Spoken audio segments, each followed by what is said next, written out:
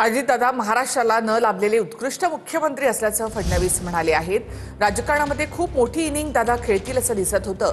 दादांनी जीवनाचं टायमिंग चुकवलं अशी हळहळ नेहमीच राहील अशी भावना मुख्यमंत्री फडणवीसांनी व्यक्त केली आहे। दादांच्या शोकप्रस्तावावेळी फडणवीसांनी आठवणींना उजाळा दिलाय। पहिल्यांदाच दादांनी टायमिंग मात्र चुकवलं आणि ते टायमिंग म्हणजे ज्यावेळेस राजकारणामध्ये खूप मोठी इनिंग दादा खेळतील हे आपल्या सगळ्यांना दिसत होतं। अशा परिस्थितीमध्ये त्याने पहिल्यांदा जीवनाचं टायमिंग चुकवलं आणि त्याची हळहळ ही आपल्या सर्वांना नेहमीच राहील। खरं तर दादा 6 वेळा उपमुख्यमंत्री झाले, सर्वाधिक वेळा उपमुख्यमंत्री होण्याचा मान त्यांना मिळाला। पण अनेक वेळा ते असं म्हणायचे की मी कधीतरी मुख्यमंत्री होईल पण मी उपमुख्यमंत्री मात्र नेहमी राहील, अशा पद्धतीनं अनेक वेळा गमतीने ते म्हणायचे।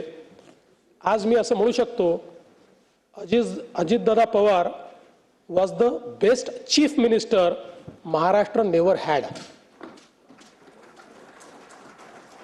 एक जो चांगला मुख्यमंत्री महाराष्ट्राला मिळू शकला असता